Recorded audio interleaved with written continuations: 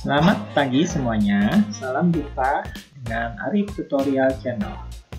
Pada kesempatan kali ini, saya akan menyajikan materi pelajaran prakarya kelas 10, KD, memahami sistem produksi tanaman pangan berdasarkan daya dukung yang dimiliki oleh daerah setempat. Pembahasan dalam video ini meliputi bahan dan alat produksi yang dibutuhkan, tahap-tahap produksi tanaman pangan, dan pengemasan. Karakteristik bahan dan alat produksi tanaman pangan. Bahan bisa kita kelompokkan menjadi 4. Yang pertama adalah bibit.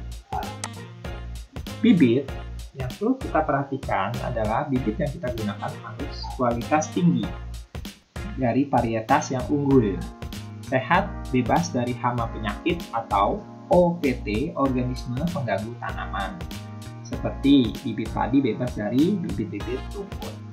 Dan yang perlu diperhatikan adalah sertifikat serta kadaluarsanya. Oke. Bahan yang kedua adalah pupuk. Pupuk dibagi menjadi 2. Ada organik, ada anorganik. Organik adalah pupuk yang berasal dari kotoran binatang. Biasa kita sebut pupuk kandang. Atau organik juga bisa berasal dari daun-daun yang kering yang dipendam di tanah yang disebut dengan pupuk hijau. Untuk anorganik yang biasa digunakan adalah NPK, Urea, KCl. Nah, kalau kita mau hidroponik nanti kita gunakan pupuk nutrisi A dan B mix. Gunanya pupuk ini untuk apa? Untuk melengkapi unsur hara tanah jika menggunakan tanah, dan jika menggunakan media air, ya pupuk inilah sebagai sumber kehidupan.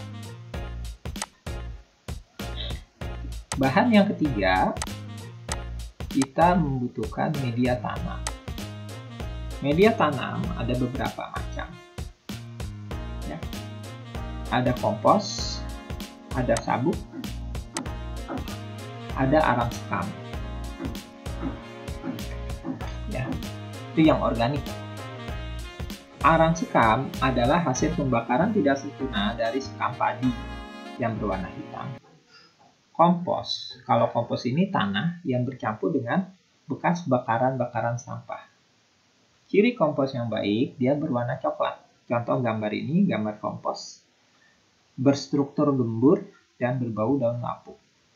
Nah, kalau kamu yang suka menanam anggrek, pasti kamu tidak asing dengan sabuk kelapa.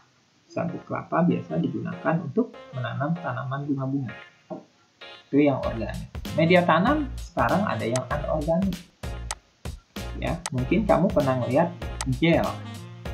Ya, gel itu digunakan untuk menanam dengan media air. Ya, dia berisi kandungan nutrisi dan air. Atau pasir. Kalau orang yang suka bonsai, dia menggunakan pasir malam. Atau spon. Nah, kalau hidroponik, nanti kita gunakan rock wall. Ya, dia dari bahan batu-batuan yang dibuat untuk menyerap air. Bahan selanjutnya adalah kita butuh pestisida untuk mengatasi organisme pengganggu tanaman. Ya, pestisida bisa alami dan bisa buatan. Alami misalnya dari daun mingga. Alat produksi tanaman pangan. Kita yang tinggal di kota jarang melihat alat-alat produksi. Alat produksi ada alat pengolahan tanah yang terdiri dari garpu. Ya, garpu, skop, cangkul. Ya. Alat produksi bisa juga alat untuk memelihara. Kita suka menyiram, lihat orang yang kalau di sentral menyiram itu dengan sprayer. Atau untuk mengorek-ngorek tanah, membersihkan dari rumput, itu koret. Atau untuk menyemprotkan pestisida, gitu. Itu alat produksi. Setelah kita mempelajari alat, bahan, kemudian kita harus mengenal tahap proses produksi tanaman pangan. Ya, tahap pertama adalah persiapan. Persiapan tentu saja persiapan lahan atau lokasi. Lokasi itu harus sesuai dengan beberapa kriteria. Yang pertama, rancangan tata ruang kota.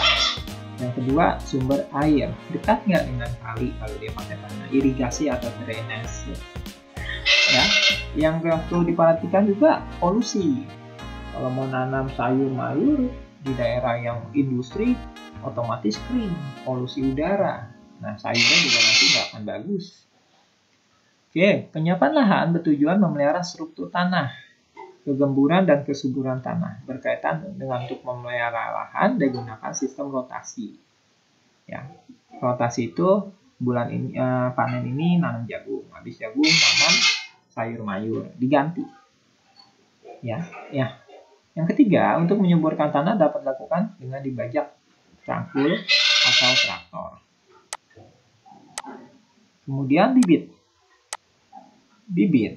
Nah, bibit untuk tanaman pangan ada terdiri dari beberapa macam. Kalau untuk ubi jalar itu berupa umbinya. Kalau untuk padi dan kacang-kacangan berupa biji-bijian, untuk singkong daya dapat berupa batang dan stek batang. Yang kedua adalah tanah penanaman. Ada beberapa tanaman pangan yang harus disemai, contoh padi atau sayur, tapi ada juga yang langsung. Ya, kalau semai, maka benih ditanam dengan cara ditunggal. Tunggal itu kita lubangin pada tanah. Ini contoh gambar semai sayur mayur. Ya, kalau sayur mayur gini ya nggak usah ditunggal. Cuma pakai tempat semai yang terlalu dalam, kita taruh bibitnya di sini. Yang perlu diperhatikan, pada masa penyemaian taruh di tempat yang teduh, lindungi dari matahari secara langsung. Tahap penanaman berikutnya adalah pembesaran. Setelah bibitnya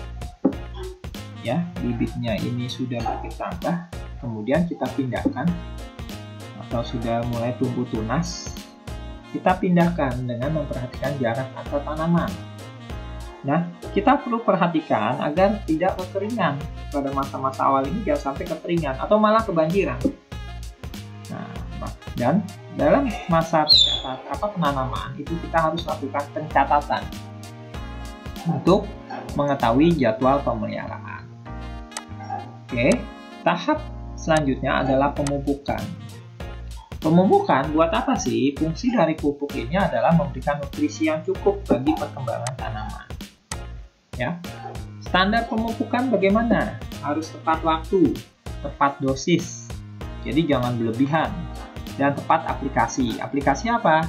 Ya, pupuk yang sesuai untuk tanaman dan kondisi lapangan. Beda-beda ya pupuknya yang dibutuhkan. Oke, pemeliharaan tanaman. Kegiatan pemeliharaan tanaman terdiri dari beberapa hal. Yang pertama, otomatis kalau kita menanam dengan tanah, kita harus menyiram. Ya, kecuali kalau padi. Nah, padi kan bisa airi sawahnya, bisa disiram kali itu. Tapi kalau yang pakai tanah kering, itu harus disiram. Kemudian penyulaman. Penyulaman apa? Kegiatan membuang tanaman atau benih yang tidak tumbuh dan menggantinya dengan menanam kembali tanaman yang baru. Ini tadi digunakan korek tadi.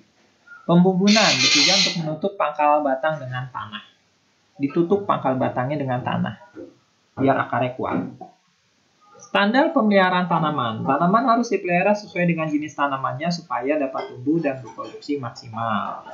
Tanaman harus dijaga dari gangguan hewan ternak atau hama. Ya, yang kelima ada istilahnya pengendalian OPT atau hama, tentu saja dengan menggunakan pestisida. Ini juga harus dilakukan dengan tepat jenis, mutu, sasaran, dan waktu. Ya. Tahap terakhir adalah panen dan pasca panen.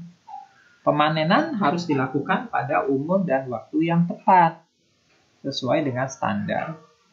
Tanaman pangan, ya, standar. Kalau waktunya 4 bulan, kalau misalnya jagung 3 bulan, ya 3 bulan. Jangan terlampau lama, nggak baik juga. Gitu. Cara panen harus sesuai dengan teknik, ya, sehingga diperoleh kualitas hasil yang baik, tidak rusak, tetap segar, dan meminimalkan persentase kehilangan. Cara babatnya, cara mengambilnya itu harus hati-hati. Nah, pasca panen, standar pasca panen. Hasil disimpan di tempat yang lembab dan aman. Untuk tanaman pangan yang membutuhkan perontokan atau penggilingan, dapat digunakan dengan mesin. Contoh padi ya, ini perontokan ini padi. Tuh. Nah, kita udah mengenal panen, pasca panen, ya kita perlu juga mempelajari pengemasan. Pengemasan tanaman pangan. Tujuannya apa? Tujuannya yang pertama lebih awet. Yang kedua, tujuannya mencegah rusaknya nutrisi. Yang ketiga, memiliki nilai estetika. Kalau dibungkus kan lebih menarik. Yang keempat, memberikan informasi. Biasanya kan habis dibungkus terus dikasih keterangan label. Yang kelima, tentu saja dengan adanya kemasan itu akan mempermudah dalam saat mendistribusikan. Cara pengemasan. Pengemasan dapat berupa karton, kayu, dan kemasan plastik. Kemasan produk segar kayak sayur mayur yang memiliki kadar air yang masih tinggi dapat menggunakan plastik vakum. Perhatikan keketatan pengemasan. Produk yang dikemas terlalu longgar dapat mengakibatkan getaran pada unit produk yang lain yang mengakibatkan memar. Sementara kalau dikemas berlebihan, terlalu ketat, ya akan memar juga karena tekanan dengan pembungkusnya. Ya, saya rasa ini yang dapat saya sampaikan. Sampai jumpa lagi di video saya berikutnya. Terima kasih.